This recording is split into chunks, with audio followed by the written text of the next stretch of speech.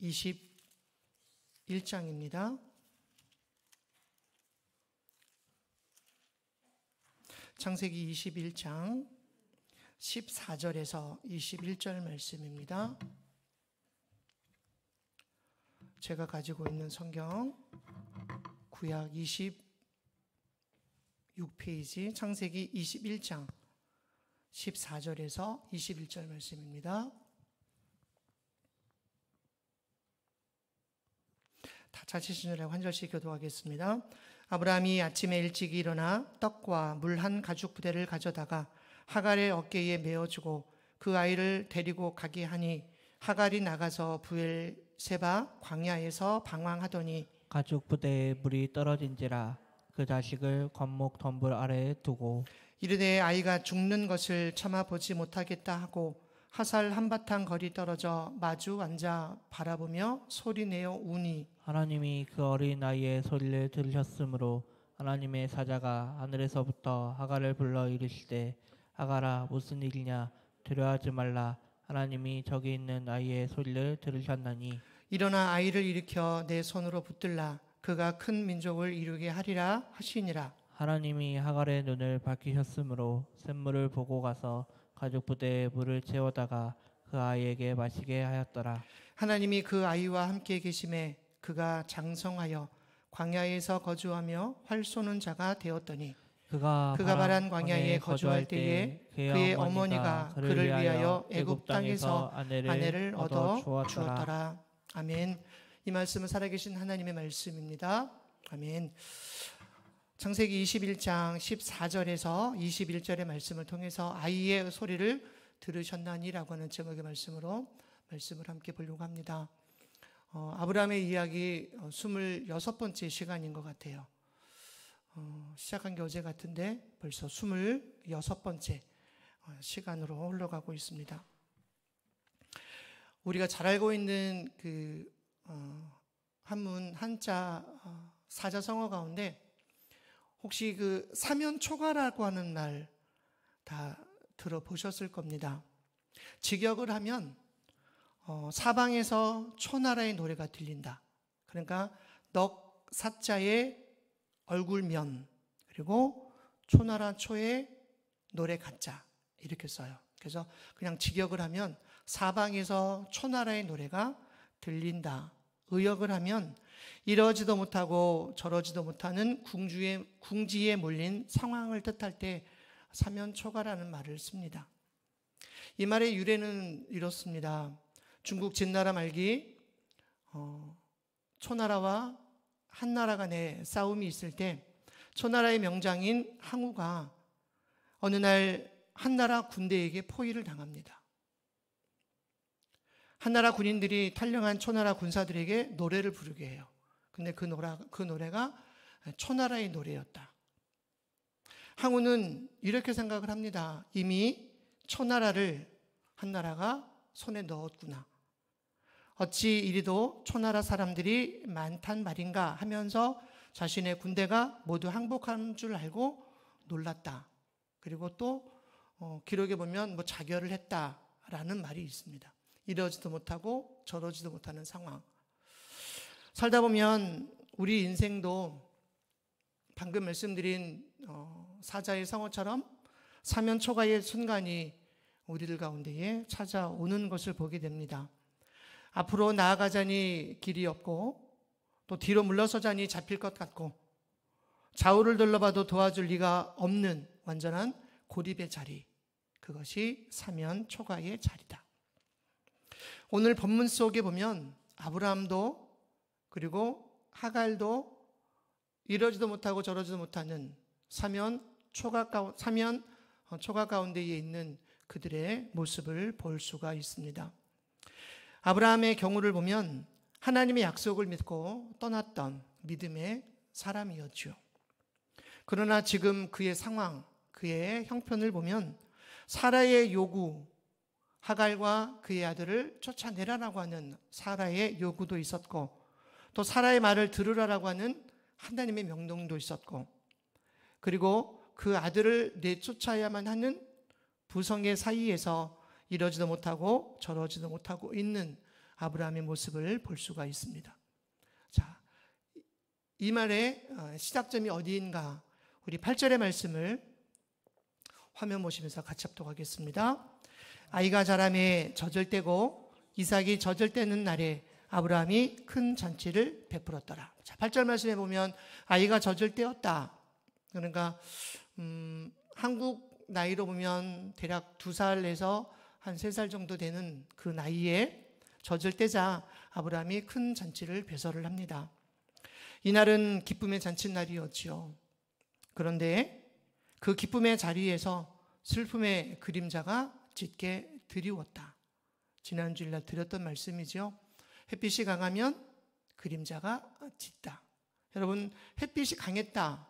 이삭을 통해서 하나님 주셨던 약속이 아브라함을 통해서 이루어진 사건. 그런데 그 사건 뒤에는 짙은 그림자. 그러니까 14년 전에는 배부른 하갈을 통해서 아브라함의 가정에 그림자가 지워졌다면 오늘 21장에서는 이스마엘이 이삭을 놀리는 사건을 통해서 그 가정의 슬픔의 그림자, 짙은 그림자가 지워졌음을 봅니다. 이삭의 탄생으로 하나님의 약속은 성취가 되었지만 동시에 인간적인 질투 그리고 인간적인 상처로 인해 그 집안에서 크게 폭파했던 일이 발생을 합니다. 이 일로 인해 아브라함은 고민에 빠질 수밖에 없습니다. 21장 12절 말씀에 보면 사라는 분노하지요. 그래서 하갈과 그의 아들을 당장 내쫓아내라. 하나님은 사라의 말을 들으라. 이렇게 하나님이 말씀을 하죠. 하지만 그의 마음에는 버리지 못하는 이스마엘이라고 하는 존재가 그 마음 가운데에 있음을 봅니다. 가정 안에서도 그리고 신앙 안에서도 그리고 감정 안에서도 어찌할 바를 모르는 궁지에 몰려있는 아브라함을 보게 됩니다. 하지만 하나님은 이스마엘을 끝까지 책임져 주시겠다라고 하는 약속과 함께 사라의 요청을 들어줄 것을 하나님은 지시합니다. 그리고 아브라함은 믿음의 사람이었기에 그 말씀을 순종하지요. 우리 14절에서 16절의 말씀을 한 절씩 교독합니다.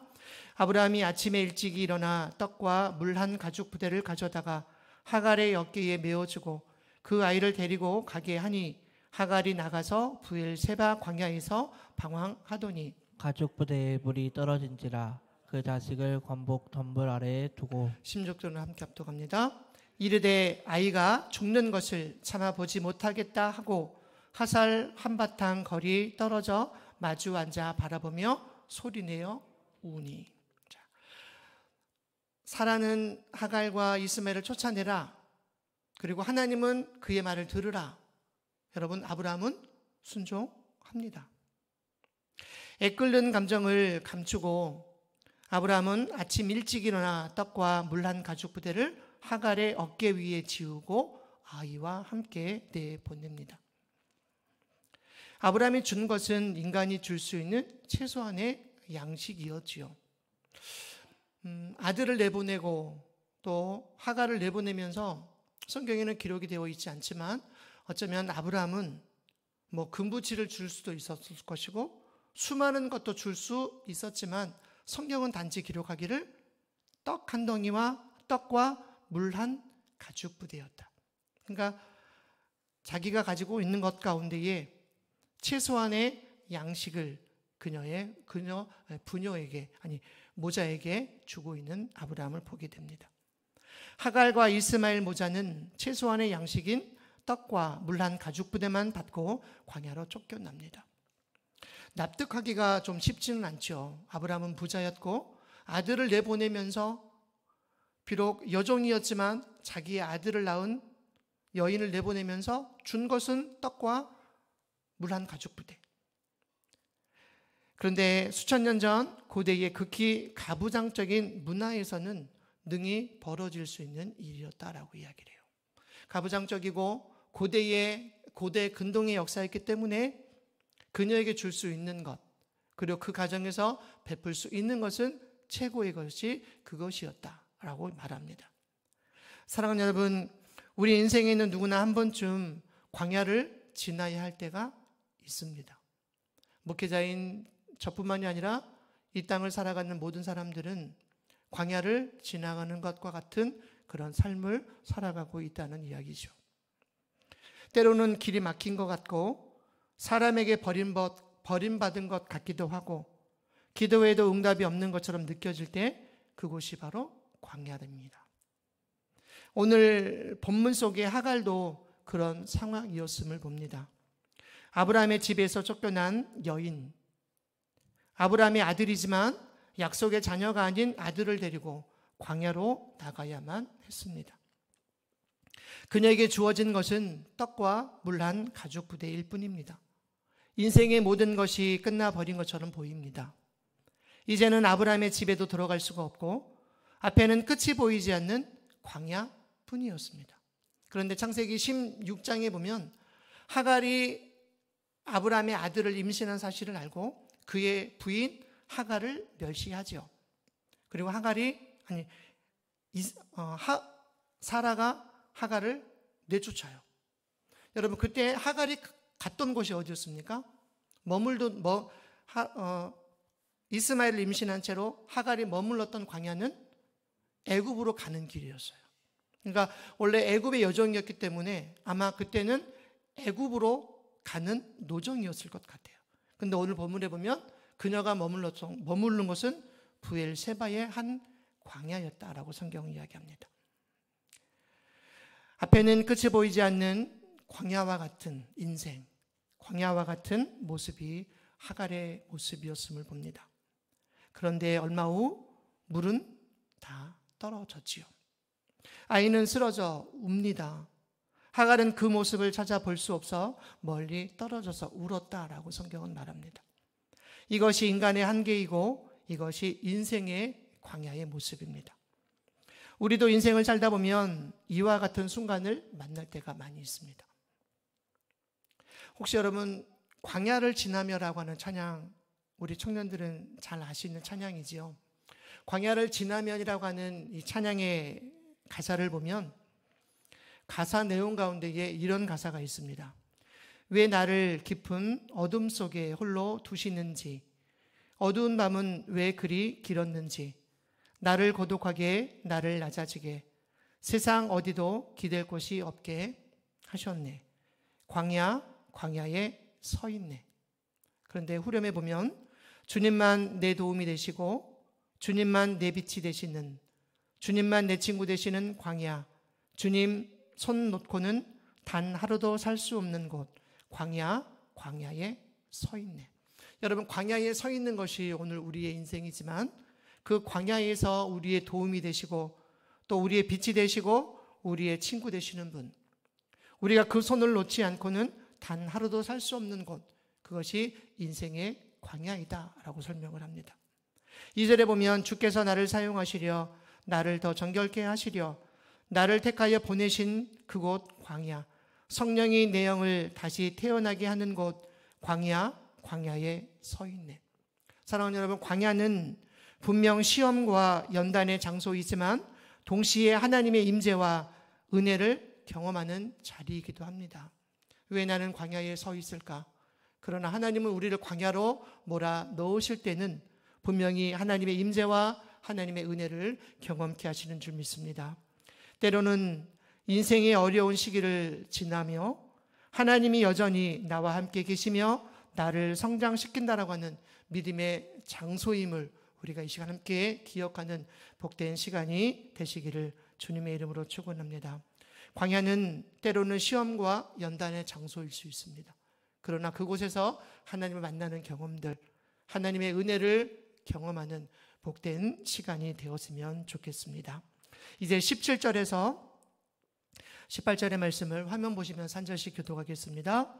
하나님이 그 어린 아이의 소리를 들으셨으므로 하나님의 사자가 하늘에서부터 하갈을 불러 이르시되, 하갈아, 무슨 일이냐? 두려워하지 말라. 하나님이 저기 있는 아이의 소리를 들으셨나니. 일어나 아이를 일으켜 내 손으로 붙들라. 그가 큰 민족을 이루게 하시니라. 아멘. 여러분, 하갈의 이름의 뜻이 뭐라고 말씀을 드렸죠? 혹시 기억하시면 하갈, 도망하는 자, 도망자.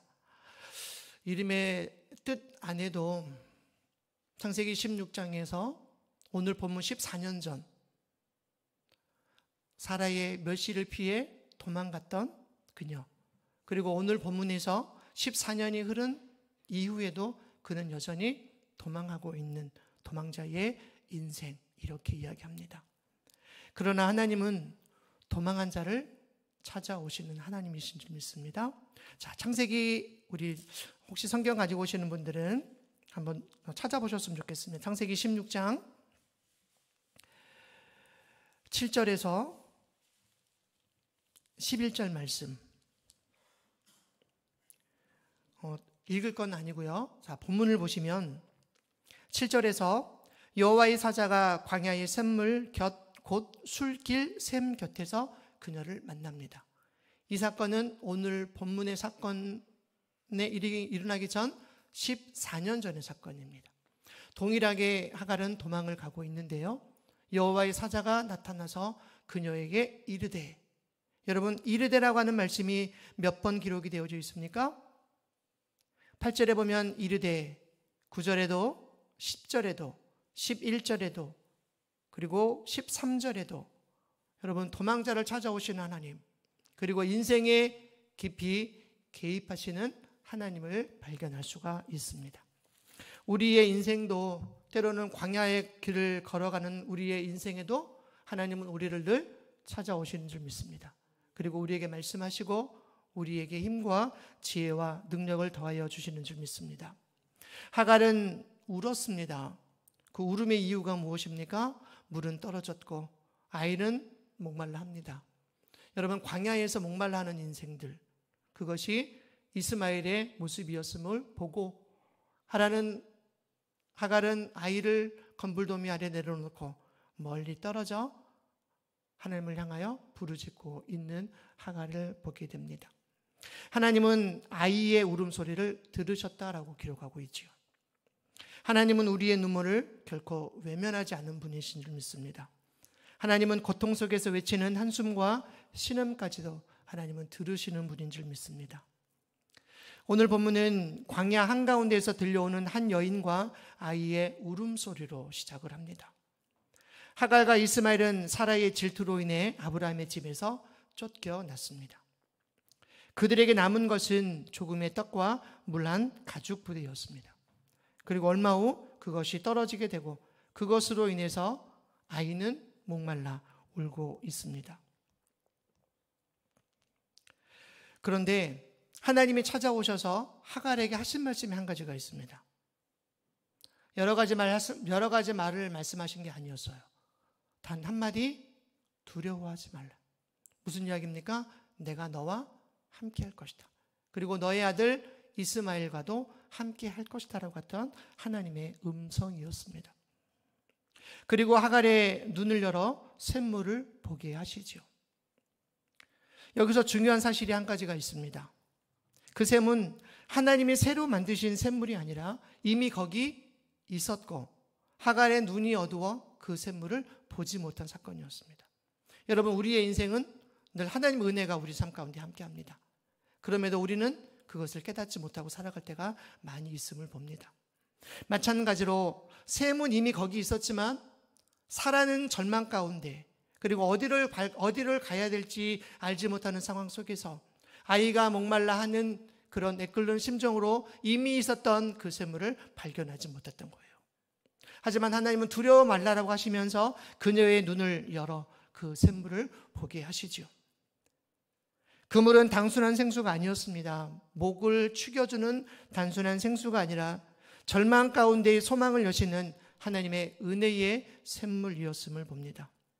하나님은 오늘도 광야 같은 인생 속에서 우리의 눈을 열어 새로운 길을 보게 하시고 새로운 은혜의 삶으로 우리를 인도해 주시는 줄 믿습니다. 우리가 다 끝났다라고 느낄 때 하나님은 아직 아니다. 나는 시작하지도 않았다라고 하나님은 말씀합니다. 이제 19절에서 21절의 말씀을 화면 보시면 3절씩 교독합니다. 하나님이 하갈의 눈을 밝히셨으므로 샘물을 보고 가서 가죽 부대에 물을 채워다가 그 아이에게 마시게 하였더라. 하나님이 그 아이와 함께 계심에 그가 장성하여 광야에서 거주하며 활 쏘는 자가 되었더니 21절을 함께 합독합니다. 그가 바란 광야에 거주할 때에 그의 어머니가 그를 위하여 애굽 땅에서 아내를 얻어 주었더라. 아멘. 여러분, 하갈의 이름의 뜻이 도망자, 도망하는 자. 반면 이스마엘의 이름의 뜻은 본문에 기록이 되어져 있죠. 하나님이 들으신다. 울음소리를 들으시고 목말라 하는 자들의 소리를 하나님이 들으신다는 거예요. 그의 인생 전체가 그의 이름처럼 하나님께서 그의 울음소리를 들으신 이야기, 이것이 오늘 본문의 이야기입니다.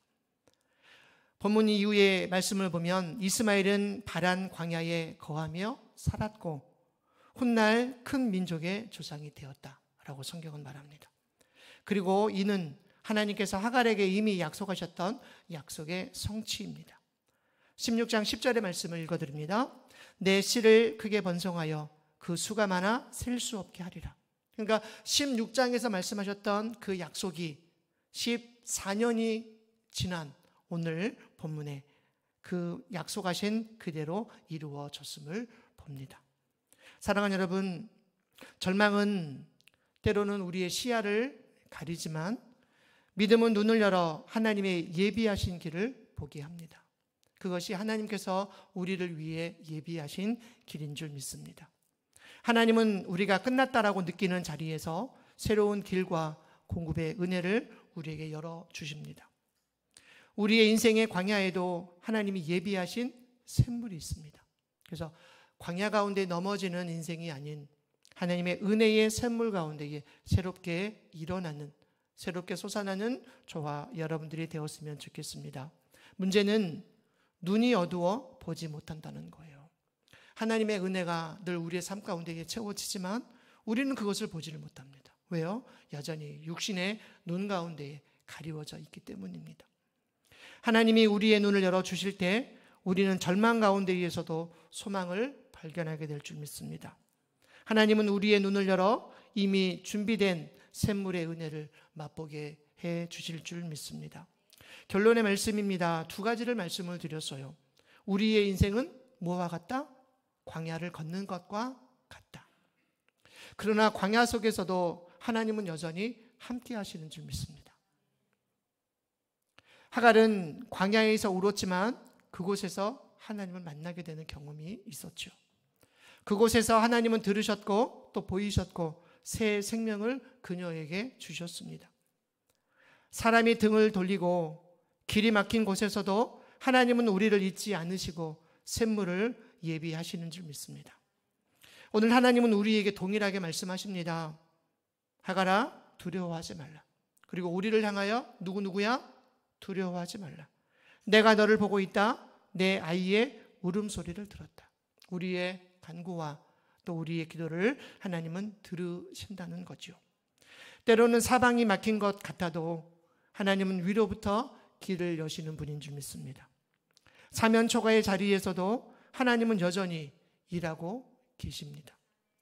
그분은 우리의 눈을 열어 예비된 샘물을 보게 하시고 그러므로 오늘 눈을 들어 날마다 하나님을 바라볼 수 있기를 바랍니다. 세상의 것들 가운데 세상의 것들로 인해 우리의 시각을 빼앗기는 것이 아니라 하나님을 바라봄으로 하나님이 우리에게 예비하신 그 은혜의 샘물을 날마다 맛보는 저와 여러분들이 되시기를 주님의 이름으로 축원합니다.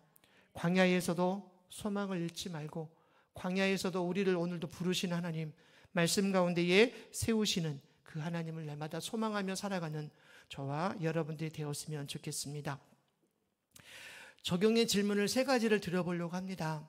잘 들어보시고 이 질문에 대한 답을 스스로에게 그리고 겸손하게 하나님께 올려드려봐 줬으면 좋겠습니다. 첫 번째 질문, 지금 내가 마주한 광야는 무엇일까? 여러분, 아까 광야를 말씀을 드릴 때 광야는 메마른 곳, 그러나 그 광야에도 하나님이 예비하신 은혜가 있고 예비하신 샘물이 있다라고 말씀을 드렸어요. 두 가지를 생각해 보면서 오늘 내가 마주하고 있는 광야, 그리고 그 광야에서 하나님은 나를 어떻게 인도하고 계시는가? 두 번째 질문, 절망 속에서도 하나님이 나의 기도를 들으신다는 사실을 여러분 믿으시나요? 세 번째 질문, 오늘 하나님께서 우리에게 열어주시기를 원하시는 우리의 눈은 어떤 눈일까요? 여전히 땅을 바라보고 나에게 어떤 도움을 줄 주위를 바라보는 것이 아니라 눈을 열어 주님을 바라보고 그 샘물을 열어주시는 그 시각이 우리들 가운데 필요하지 않을까라는 생각을 합니다. 세 가지의 적용의 질문을 드렸고요. 여러분 스스로 그리고 하나님께 조용히, 하나님, 이 시간 내가 지금 마주하고 있는 광야는 어떤 광야입니까? 그러나 하나님은 절망 속에서도 하나님 나의 기도를 들으신다고 하는데 내가 과연 그 사실을 나는 믿고 있습니까? 오늘 하나님께서 열어주시기를 원하시는 눈은 어떤 눈입니까? 나는 세상의 것을 바라보기보다는 하나님을 바라보는 믿음의 사람들 되게 하옵소서. 우리가 그렇게 함께 기도하고 함께 고백하는 저와 여러분들이 되었으면 좋겠습니다. 기도하겠습니다. 사랑의 아버지 하나님, 감사합니다. 우리의 작고 연약한 소리까지 들으시는 주님을 찬양합니다. 버려진 자와도 같고 외로운 자리에서도 주님께서 귀를 기울이심을 믿습니다. 여전히 광야의 길을 걷고 있는 우리를 찾아오시고 오늘도 우리의 눈을 열어 은혜의 샘을 보게 하시며 절망 속에서도 주님만을 의지하게 하옵소서. 예수님의 이름으로 감사하며 기도드립니다. 아멘. 우리 시간 함께 찬양 드리기를 원합니다.